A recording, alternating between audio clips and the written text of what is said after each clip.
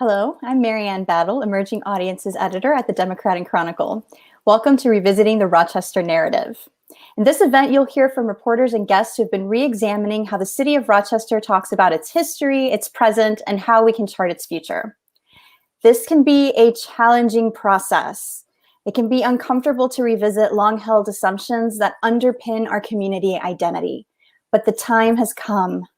To guide these conversations, we'll keep asking a big question. What are the new and diverse voices we now must include in our collective story?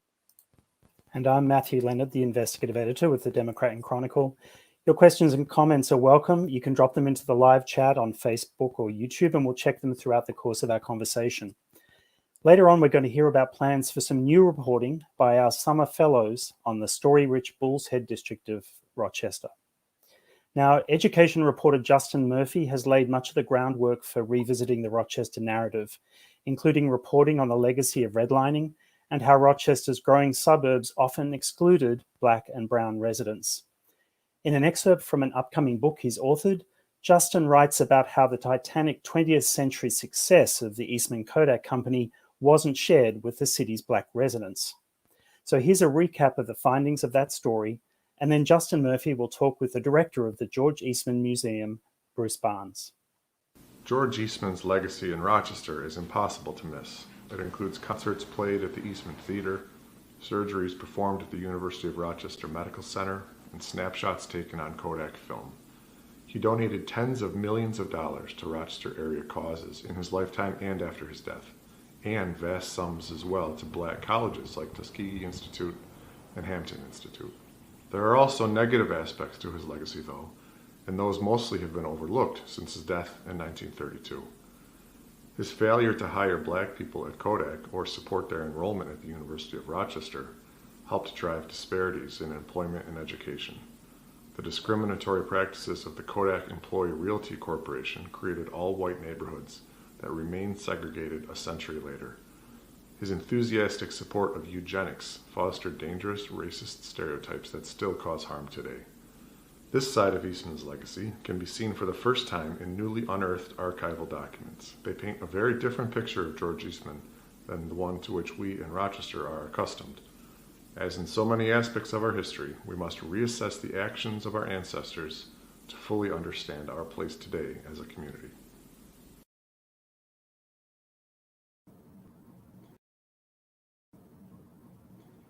I'm Justin Murphy with the Democratic Chronicle, and I'm here today with George Eastman House Director Bruce Barnes.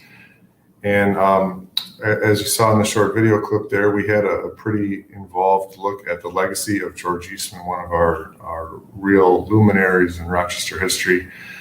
And it included a lot of the stuff that we already have always known about George Eastman, the technological wizardry, the philanthropy of the University of Rochester and to other institutions. But it also delved into some things that we don't talk about as much. And Bruce, one of the things that you said in the article, I wanted to give you a chance to expand on a little bit. You said if one tells the robust story, it has to include both elements. You're talking about the robust story of George Eastman's life and impact. And I was wondering if you could expand a little bit on what you mean by that, telling both sides of his story.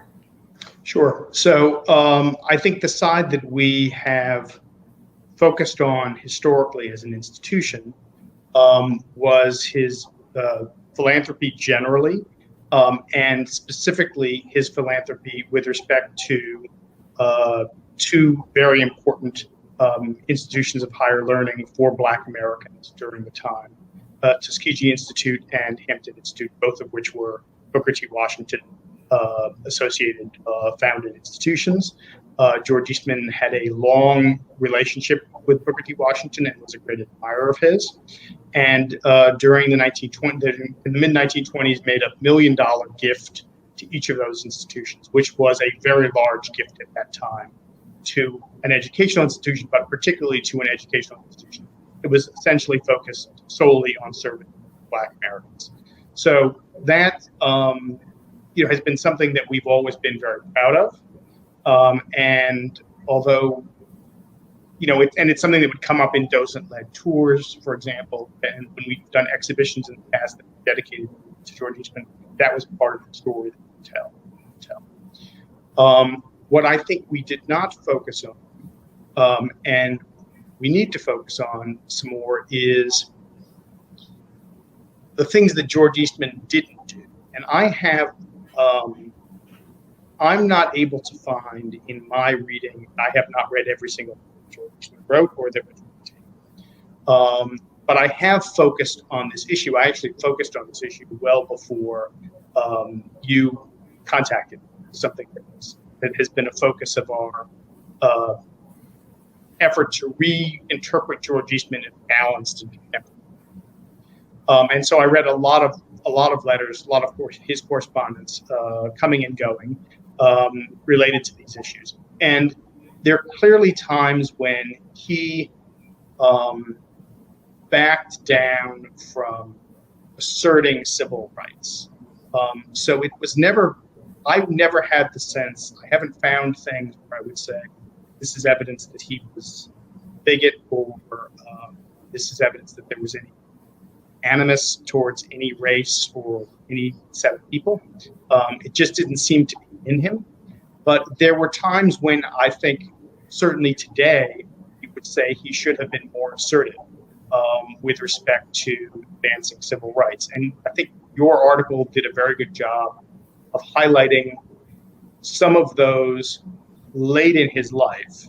And to me, it's a little bit difficult to interpret the extent to which he was insulated and therefore wasn't really involved in some decision making versus times when he was more involved. Because we don't have correspondence. I think you found some correspondence that talks about it, but we don't have really any correspondence from him related to that particular time and the particular events that we focused on. Yeah, I wonder, we've got a minute or two left, if you could tell us a little bit about what the George Eastman House has in mind, both in terms of its interpretation of George Eastman's life and for any sort of diversity and equity initiatives that you have more broadly to make the museum a more welcoming and representative place.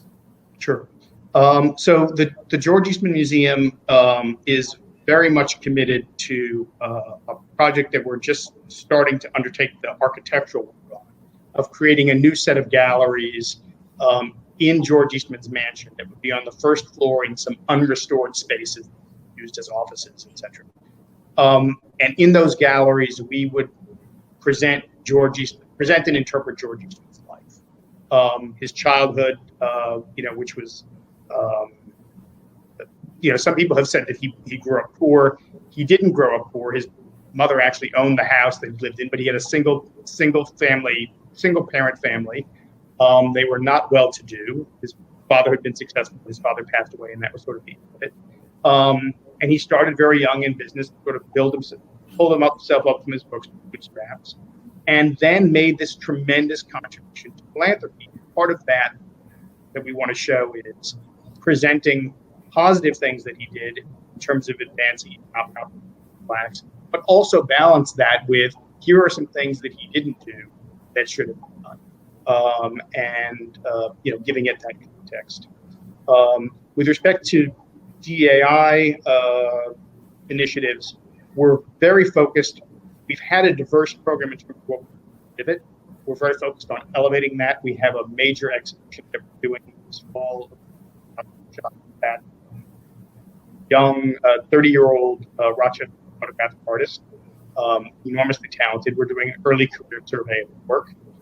And then in the next few weeks, we're doing 2 free film series. One called Spotlighting Black Film Artists, which is a series of 9 films in solidarity with the Black community after the very difficult periods that have occurred while the museum was closed and that still continue to exist with respect to violence against the Black community. And then also we're doing a series called Celebrating Asia Pacific Film Directors, which is in solidarity with the Asian American, Pacific Islander American community, which has been victimized by very much elevated violence in the wake of COVID, where they are being scapegoated essentially for no reason whatsoever.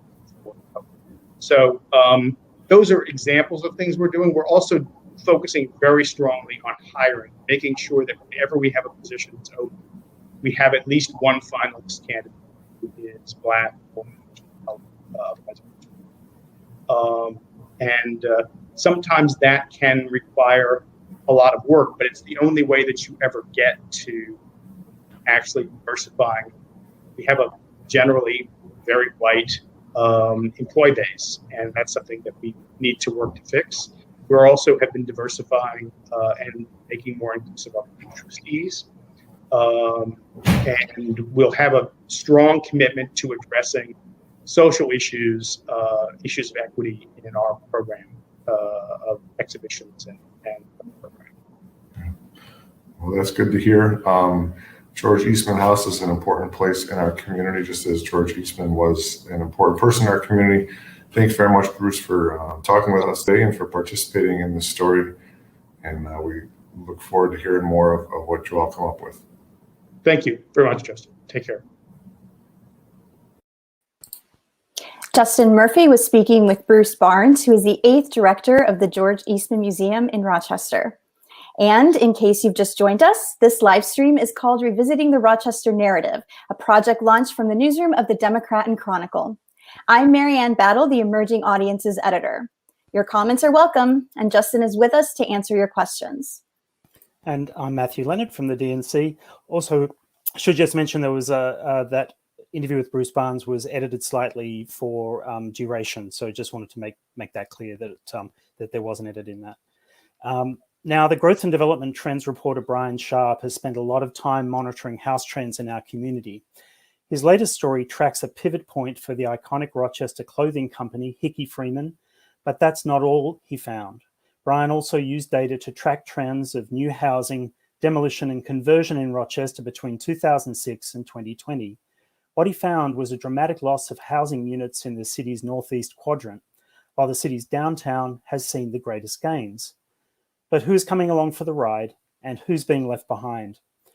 Brian Sharp is with us, and his guest is Brett Garwood, the CEO of Home Leasing. Brian? What's happening with Hickey Freeman is, in many ways, emblematic of what's happening and has been happening with Rochester. An iconic company is shrinking as market forces overpower stubborn ambition. Plans to buck industry trends, add new clothing lines and jobs, faltered. Instead, the company has halved its workforce over the past 2 years. The building on North Clinton that the company has called home for more than a century is being sold and redeveloped. Hickey Freeman will remain, but with a smaller footprint. Housing will fill the rest, some 130 studio and one-bedroom affordable apartments for seniors. And that's the story, how housing demand is driving the city's revitalization, lifting up its challenged neighborhoods and preserving its legacy buildings. But also how the investment has been uneven geographically and almost entirely rental. How the supply of truly affordable housing remains woefully inadequate in a city with such high poverty. And how a city emerging from a pandemic is trying to stabilize that rental market while also trying to increase home ownership.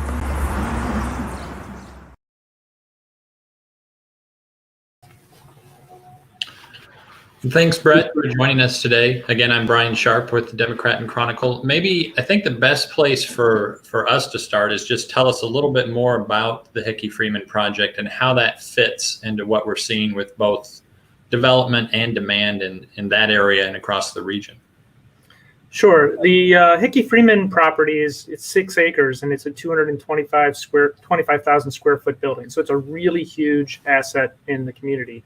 And there's been a lot of activity very recently in the Northeast Rochester. Ibero's built a bunch of family housing. They're building some now. CDS Monarch and DePaul have built a lot of supportive housing.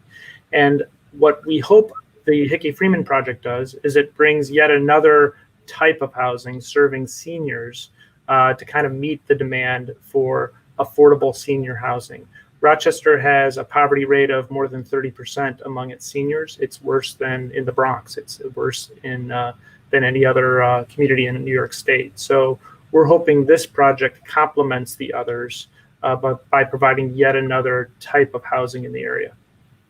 And we hear a lot of talk about affordable housing, but as we've seen locally in some of the discussions we've got into about developments, that can mean a lot of different things as far as type, what incomes are served, and particularly challenges in development. Can you give us some context to that issue? Yeah, sure. I don't want to get too technical, right? Because you can get into very minutia. But generally, affordable housing is defined as when people are paying less than 30% of their income towards rent. And obviously, that means something very different for somebody earning near the median income of the area, which is in the 50,000s, compared to somebody who might be earning much less than that, less than 30% of the median, which is $12,000, $15,000. Affordable housing is regulated according to those standards, and most of the affordable housing that's built is built to help people who earn between 50 and 60% of that area median income. For context, if you are making minimum wage as a single person and working full-time, you earn about 50% of the area median income. But you have a huge poverty percent rate of poverty in the city, and people earn much less than that. Without a rental subsidy or housing that can be rented at even lower rents, we don't serve this group well. And that's a lot of the conversation right now, I think, in the community is how can we deal with the fact that we have some extremely low-income people who aren't adequately housed, and we don't have the rents that make it affordable or the programs to help them either increase income or get their rent subsidized. And maybe a quick, some background here on Brett. You first came to Rochester in 1997, working for the nonprofit Housing Council on a variety of issues, tenant landlord, foreclosure prevention, homelessness, fair housing. You left for a time for a position in Ithaca, came back in 2007, Director of Business and Housing Development for the city. From there to Senior Vice President, Multifamily Programs with the State Housing Finance Agency, which assists for-profit, nonprofit developers build and preserve affordable housing, and then came back again in 2017, joining Home Leasing, and are now again its CEO. Home Leasing is one of, it's a major player, not just in development of new affordable housing, but taking some of our most problem properties, rehabbing them, making them safe, quality housing again. On your company's website, the first thing you see when you go there is a statement. Home Leasing stands in solidarity against structural and systemic racism, going on to explain what that means, the efforts being taken, a statement of core values. Can you discuss not only how that came about, but also a decision to lead so prominently and effectively introducing your company in that context? Well, I mean, I think Home Leasing has a long history of doing affordable housing. That's what we principally do. But obviously, the events over the last couple of years, especially locally, had to inspire a reflection on what we do. And we do affordable housing, and it helps a wide variety of people. But I think especially the murder of Danielle Prude inspired us to take a harder look and think about what more should we do. And being upfront of the need to address issues of structural racism, social justice, equity issues, was something that we wanted to be forthcoming with. And we've done some different things as a business to try to actually have a greater impact, not just to do better community development projects, but to do things that had to be done that weren't. So we've worked to take over extremely distressed properties, some of the worst housing in the city, and turn it around. That's some work that we've done in response to, it's kind of been inspired by the call for better equity and social justice and to address extremely difficult situations that have occurred because of structural racism. We saw in the trailer summarizing the story, looking at some of the housing trends, contrasting downtown to the Northeast where Hickey Freeman is. What is your assessment of where we're at in providing that mix of quality, safe housing we need and the challenges ahead for getting where we need to go? Well, I think over the last decade or so, there has been this shift in focus of housing, right? First of all, affordable housing is a topic that you hear much more often now. When I began my career in Rochester, locally, you'd hear about housing, but you wouldn't hear presidential candidates talk about housing. It is a very prominent topic, and it's because the need has grown, because poverty has increased, income diversity has worsened, and the need for affordable housing has just only grown. So, but what's happened is there's been, especially in the last couple of years, again, for the same reasons I talked about below or before, is how does the affordable housing industry address equity? And that comes into how do we build more housing in areas that have been exclusionary? But then also, how do we build more housing in areas that have suffered the most from disinvestment that comes as a result of structural racism? And I think that's part of the story of Hickey Freeman. And I mentioned we're not just part of, we're not alone in doing this. There's a lot of effort to do more in areas such as the Northeast Rochester. I think the Hickey Freeman project is particularly important because we're not just creating housing, we're also working to preserve jobs in that location. There's been a lot of housing built out of long vacant buildings. You've seen that downtown a lot. Usually that housing is completely replacing a vacant building that once had a lot of jobs in it. So I'm excited about the Hickey Freeman project because it also addresses the need to maintain jobs in high poverty areas. All right. Well, it looks like we've come to the end of our segment. Thanks, Brett, for joining us. I think there's a question here that's come in, so I'll send that back to Matthew. Thanks, Brian. Thanks, Brett. A comment here, it's sort of a two-part question, but I think the first part of the question is kind of more relevant to what you're talking about, which is, to what extent does the work that you're doing, that home leasing is doing, supporting people who are already heavily embedded in the social services and welfare sector, for example? So is that how do you measure that level of investment? And is that a factor at all in terms of the kinds of communities that you're serving and looking to build for? Yeah, I mean, I think that's an interesting point of view. I actually disagree with that point of view. I think actually the opposite has happened, right? Much affordable housing is actually affordable to the working poor, people who are working, people who are making minimum wage. And there's actually not enough attention to people who aren't even earning that much.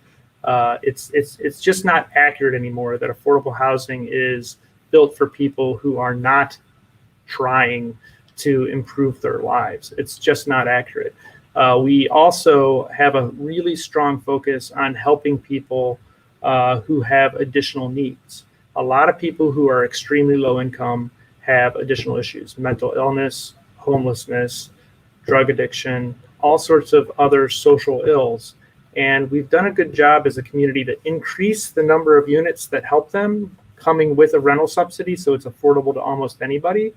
But this kind of older view that affordable housing is built for only people who are embedded in social services, I just think isn't accurate. The truth is that there's too many people that no matter how hard they work, they can't afford housing. And that's part of who we serve, for sure. Thank you, Brett. Brett Garwood, CEO of Home Leasing. Brett's going to stay with us. As you can see, if you have questions or comments, our guests are happy to engage on those topics. And with him, of course, Brian Sharp, our Growth and Development reporter from the DNC, also here to answer your questions and comments. Marianne, over to you. Thank you. In his regular Sunday column, the Democrat and Chronicle's executive editor, Mike Killian, noted, quote, "The extent of racial inequality in Greater Rochester over the years didn't happen by accident.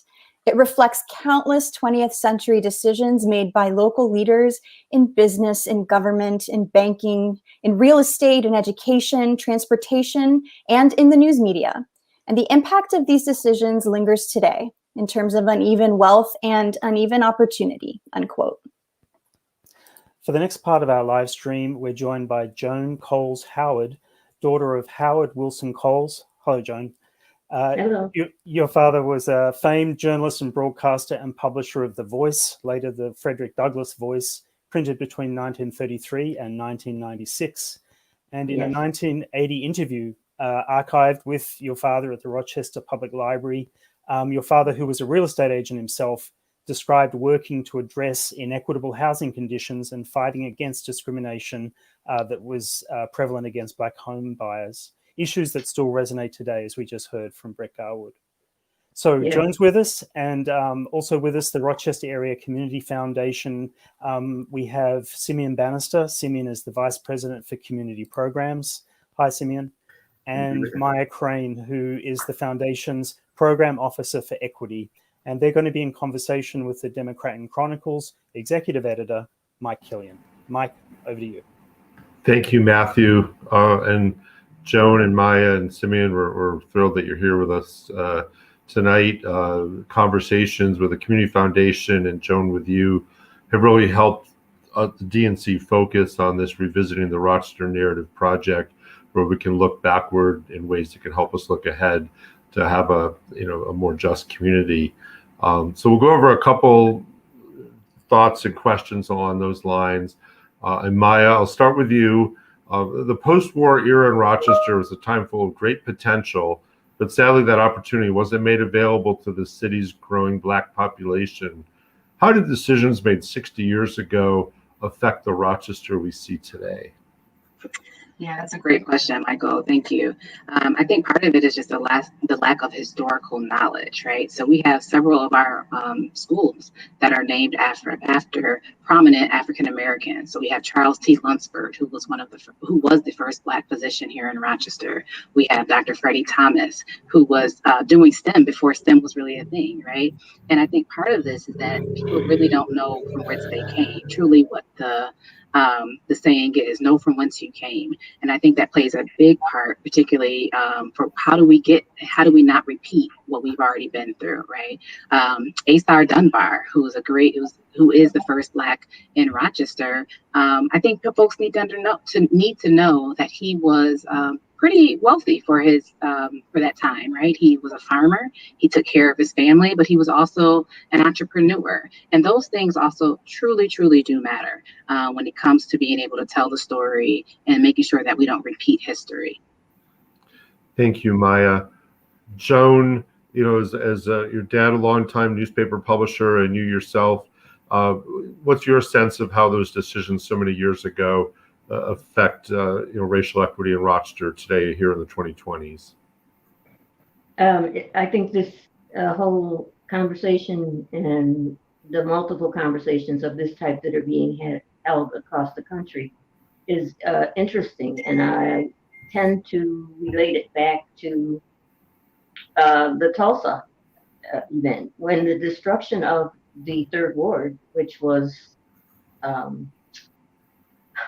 it was a village, and with that destruction, it changed the whole landscape of life for Blacks in Rochester. And yes, my father was involved every way, shape, or form with trying to right things, especially as far as housing and jobs were concerned. He even got his real estate license so that he could help doing that. And I think there are people now that still live in houses that he helped them to secure. It just changed everything. I wish I could say I see a lot of change now, but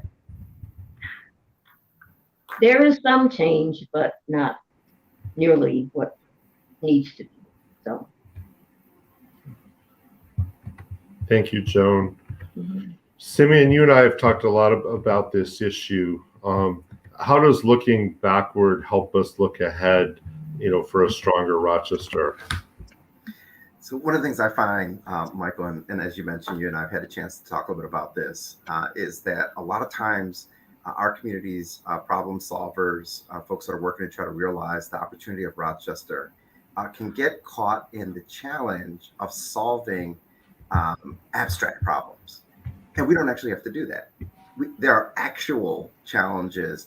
And if we look back at history, not only do we see the root of those challenges, and we heard some of that this evening. We talked about the legacy of George Eastman, who at the top of the social hierarchy created the condoning of racially differential hiring here in Rochester. We still see the outcomes of that today. Many folks know the story of redlining and restrictive covenants that is the Democratic Chronicle has been so critical in bringing to the public conscious. We not only see the root of problems, but we also see sprinklings of breadcrumbs in terms of the potential solutions to the challenges that we have to confront. And in my mind, that's what gets me excited about looking backwards, is seeing how it shapes our present and then helps us to set the framework for how we move forward together. Simeon, thank you. Question, Joan, we'll start with you. It's been said, there was an article on the 538 website, that with the problem with segregation is that those who are benefiting don't see how those who aren't benefiting are suffering. How is segregation, how is that true in Rochester segregation, and how do we get past that? If you don't experience something yourself, it's difficult to understand what the whole event, trials and tribulations, what it's all about. If you've always had the security of a home, a neighborhood, that's why I'm saying the third ward was so important, because that was the security for all of us. So if you don't understand what it's like to have been lost, to have all that lost, then it's difficult, I think, for people to deal with that. It takes empathy.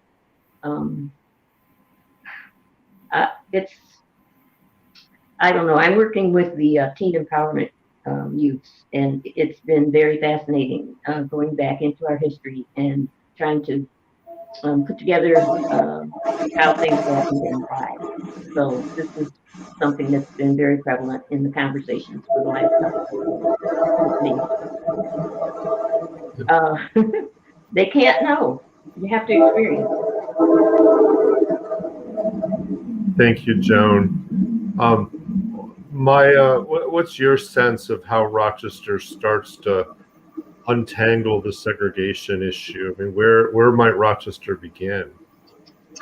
Yeah, I think one of the places that they could begin, I think specifically, is with residential segregation, right? So I think we've done a great job with being able to have or desegregate in our work communities, and where we play, where we maybe go to eat, where we go and work out.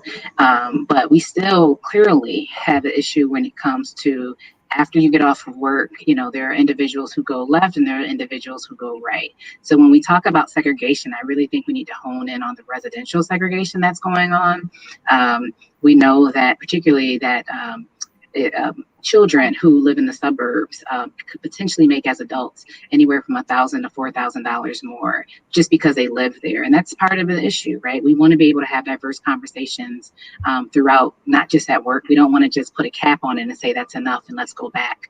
We also understand that when we have residential segregation, we have an increase in over policing. We have an increase in where we have, we can take right now what's going on with COVID and what that looks like and how that is impacting our Black and Brown and Latinx communities. So residential segregation as a whole, we really need to begin to look at, and it needs to not just be that we are allowing landlords to come in and buy homes, but then flip them around and not actually do anything with them. We really need to have it to where, again, the same way we are beginning to work together, we need to be able to live together so we can, again, be diverse. We can learn from each other. We can also have safe communities for all, not just some.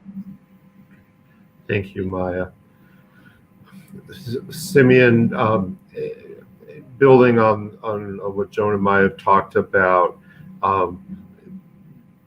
there's a lot of opportunity in Rochester. The downtown looks very different than it did 10 or 20 years ago. There's a whole emerging workforce that's remarkably diverse coming out of our schools and our colleges. How does not just Rochester, but Monroe County harness that and move ahead in an affirmative manner? Yeah, I think a couple of things. I want to just tie the question that you asked, Joan, in with this response as well, because I think that's a really, really important question when we talk about segregation and who's harmed and who is not harmed.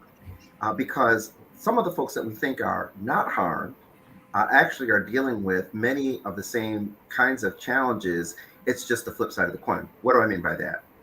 Well, we assume that the good schools are in the suburbs and the bad schools are in the city.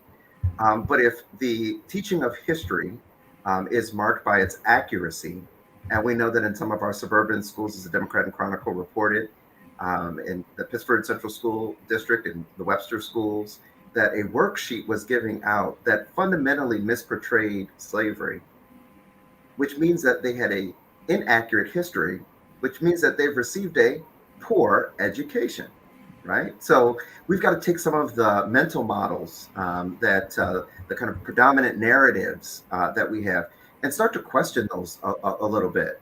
We are all hurting. I'll give you another example in terms of how racial segregation undermines all of us. There's a lot of listeners, I'm sure, right now that might say something like the taxes in Monroe County or even the taxes are too high, right?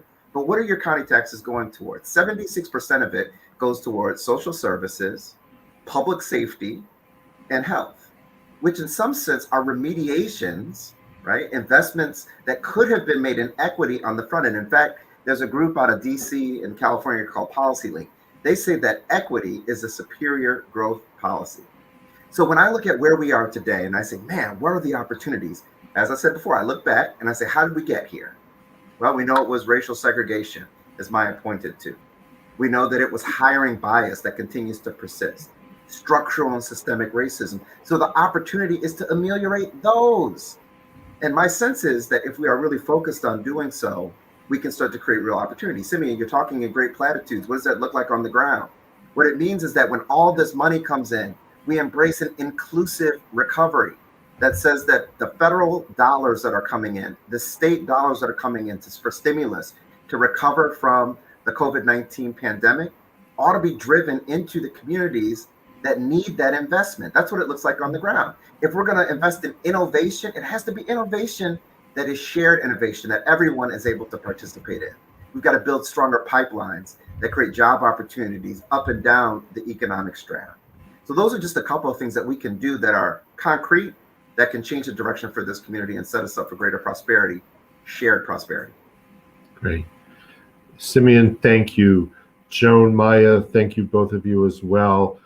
Fantastic insights, and DNC readers will be hearing more from each of the three of you in coming weeks and months, and we look forward to what you'll share. So, Marianne and Matthew. Just wanted to bring in on the issue that Maya particularly was talking about, the residential segregation. Just give Brett Garwood a chance just to comment if you wanted to, Brett. Any thoughts on that idea that the least inclusive places in our community are where we live, not where we sort of work and socialize and recreate? Oh, absolutely. There's been a lot of really good study about where you live helps determine the opportunities that you have in the future. That's absolutely true. And it's, you can very easily look at zoning practices and understand that certain types of housing are largely not permitted to be built at all in huge portions of our county. And that's a really important aspect to understand, that we need to have the ability to build housing that everybody can enjoy outside the city in the greatest school districts in the county. But also I'd look at downtown as somewhat of an example of where we should be as a community at large, because what's happened downtown is an enormous wide variety of housing's been built that really serves the wide range of our whole county. And I think we can improve upon it, but we should be proud of what's happened downtown, because it's open to the wide range of incomes and circumstances of the whole county. We should aspire to do that everywhere. Thank you, Brett. We're going to move on to look in a bit more depth at the Bull's Head district of Rochester, which is known for its rich and diverse cultural heritage. And it's now the focus of a big revitalization project by the city of Rochester after a lengthy era of disinvestment. But that's been a long time coming. The planning process began way back in 2009. But now the area will be the subject of also an intensive community reporting project by the two Democrat and Chronicle Summer Fellows. Marianne? Caroline Johnson is a senior at Cornell University, while Marily Vaca is a rising senior at the Rochester Institute of Technology. They join us this summer to further our work of revising what Rochester knows about its history and using that knowledge to engage in thoughtful conversations about the city's future. Welcome, Marily and Caroline. Hi, it's so nice to meet all of you. Just a little bit of an introduction for myself. My name is Marily Vaca, and I'm currently one of the Revisiting the Rochester Narrative Fellows for the Democratic Chronicle this summer. I'm currently a senior at RIT studying photojournalism with a minor in journalism, so I'm more on the visual side of things. Throughout my years at RIT, I've been able to create a ton of visual stories that touch on a variety of topics from many different communities. So I feel that having a Puerto Rican and Ecuadorian background and, moving around my whole life, I've been able to really submerge and educate myself about different cultures that are very different than mine.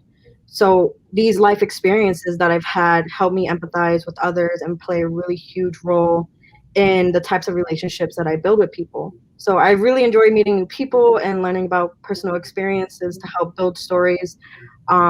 So I really hope that these experiences will help me create beautiful stories of the Bull's Head neighborhood and the following neighborhoods. Yeah, my name is Caroline Johnson. It's really nice to meet you all as well. I'm one of the Summer Revisiting Rochester Narrative Fellows at the Democratic Chronicle, as Marily is. I'm currently a senior at Cornell University studying industrial and labor relations, which focuses on the labor movement through the lens of law, policy, history, and workers' rights, with minors in inequality studies, law and society, and Africana studies. I have always loved storytelling, whether it be through writing, law, writing, painting, drawing, or by mouth. I come from a household, a Jamaican household in Long Island, New York, where this love for storytelling grew so much that I decided to join the Cornell Daily Sun as a freshman, as a reporter, which is Ithaca's local student-run newspaper. Although nervous at first, I garnered confidence, excitement, and creativity through experience and became a news editor who eventually co-founded a news section of the newspaper called BIPOC Related, which focuses on highlighting the nuance of interlocking identities, whether that be race, gender, socioeconomic classes within our community.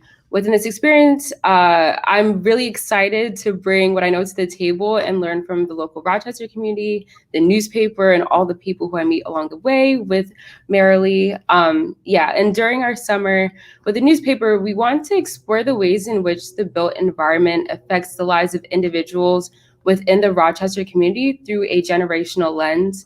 By exploring the history of the neighborhoods like Bull's Head and the surrounding areas, we hope to garner a better understanding of the ways in which the city's historic policies, neighborhood and highway constructions, accessibility to labor and housing, as well as the environment itself, continue to affect the community till this very day, and how the present will affect the future.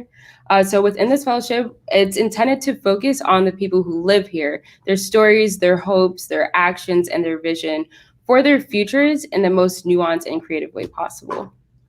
Yeah, and it really is only our second week working on this story and working within this community, but we have already started engaging in multiple discussions with many different people within the community, within libraries, activists, archivists that are connected to the Bull's Head area, and we just want to learn more about the community. So we really hope to establish a really strong foundation to better explore the stories of the people within these communities who have not been afforded the care, respect, or sensitivity that they really deserve.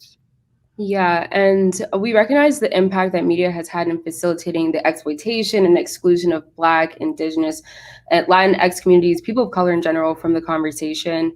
But through this fellowship, we hope that we can start to build better and healing relationships. So, yeah. Yeah, we are open to any suggestions that you may have, any questions, concerns that may arise. So please comment if anything, and then we are more than excited to speak to anybody who's willing to speak to us. Hey, thanks, Marily and Caroline. Yeah, and you can keep the conversation going even after the live stream ends using the same platforms. We will, definitely want to integrate your comments and feedback and thoughts. And we're getting some positive comments from people who are appreciating the dialogue that you guys are a part of tonight. So thank you. And now, because we also want to look at what we're doing next and not just what we have done, we're going to talk a little bit about a project that's going to get underway in November. Marianne. Changing Neighborhoods reporter Rob Bell and education reporter Justin Murphy, who you met earlier, are working on a project marking the 50th anniversary of Rochester City School District's desegregation. It was a turbulent time, and it's also part of the history that Justin tells in his upcoming book, Your Children Are Very Greatly in Danger, School Segregation in Rochester, New York. Look for that to be published March 2022 by Cornell University Press. So I'm going to go back to Justin, bring you in. Justin, of course, can you tell us quickly just the title of your book? It's a reference to James Baldwin, is it not? Yeah, that's right. That's from a James Baldwin essay. In the thrust of what Baldwin was writing about in that particular essay, as he often did, was it's plain to see the effect that racism has on Black people in Rochester, in the United States, but we would be fooling ourselves to think, as Simeon said earlier, that the rest of the country is exempt from that, or only derives some benefit and doesn't suffer. In fact, we all suffer from the effects of segregation and racism, whether directly and visibly or otherwise. A lot of these things that we have that we've talked about here, when we see housing discrimination, for instance, that's very easy to connect back to the way poverty is distributed in Rochester today, or violence or healthcare problems. But sometimes, so I'm the education reporter here at the DNC, and it has always struck me that people often hold RCSD exempt from that. Like, yes, we have this very troubling history of racism and discrimination. Yes, that has had many effects that last to the present, but also at the same time, RCSD is the worst, and it's entirely its own fault, and it's not related to anything else. In sort of interrogating that premise that I hear a lot is what went into my book. And the things that I talk about a lot in the book are some of the things that we're talking about today. I spoke with Joan, and she's in there with her father, and I talk about the Black teacher recruitment event in the late 60s and early 70s that brought Simeon's mom to town for the first time, and Simeon with her, I suppose. But there's a really long history of school segregation in Rochester. It starts in 1818 when Austin Stewart opened the very first school for Black children. And in fact, schools were formally segregated by law in Rochester up until 1856, until Frederick Douglass, among others, intervened. And then, as Marianne mentioned, there was a very sort of tense moment about 50 years ago in the 1971-72 school year, where for the only time in its history, the school district really took on, in a direct way, racial segregation and put forward a comprehensive plan to solve it. It was a very chaotic year. It was violent in some ways, and ultimately didn't take. So what you're going to see here is a video of one of our interviews that I did with Rob, that you'll see in this piece that'll come out later in the DNC and then in the book. And we're speaking here with Idonia Owens, who was a longtime administrator in the city school district, but before that was a student at Charlotte High School, and was one of the very few Black students there at what was not only a predominantly white school, but kind of like a flagship school in a white neighborhood that was very resistant to these changes. And so in this video clip here, you'll see her talking about what the impact of that was like for her as a child. Well, first of all, I'd never been in a classroom with that many, with all white kids. I was the only Black kid in the school. The bus experience was fun. We were little, and there wasn't fighting or any kind of misbehavior. We just sat on the bus and talked. So it was when I got off the bus that the trouble started. And for that year or two, it was just horrible. It was absolutely horrible. It's almost every day we were met with angry parents, angry kids, calling us names. And I can still see their faces to this day. The kids who were just name calling, go back where you belong. And this is elementary school. The kids were saying those things to us. We were just really on our own. We didn't depend on the teachers to help us. We didn't depend on the administration to help us. We knew that we were on our own, and we handled it the best way little kids can handle it, you know. Certainly I didn't know the word racism or anything like that. I just considered those kids to be big bullies. And I never understood why their parents were out there. Looking forward to hearing more from that project. Idonia Evans in a video by Rob Bell from the forthcoming project that looks back at the events surrounding the desegregation of the Rochester City School District half a century ago. And since I stole Marianne's script, I'm going to keep on going and then throw to you. And that concludes our live stream on Revisiting the Rochester Narrative. Our other presenters today include Joan Coles-Howard, thank you, Simeon Bannister, Maya Crane, Bruce Barnes, and Brett Garwood. And our reporters were Justin Murphy and Brian Sharp. I'm Matthew Leonard. And I'm Marianne Battle. Our technical director is Scott Norris. Our executive editor is Mike Killian. And from everyone at the Democratic Chronicle, we thank you for being here. Good evening.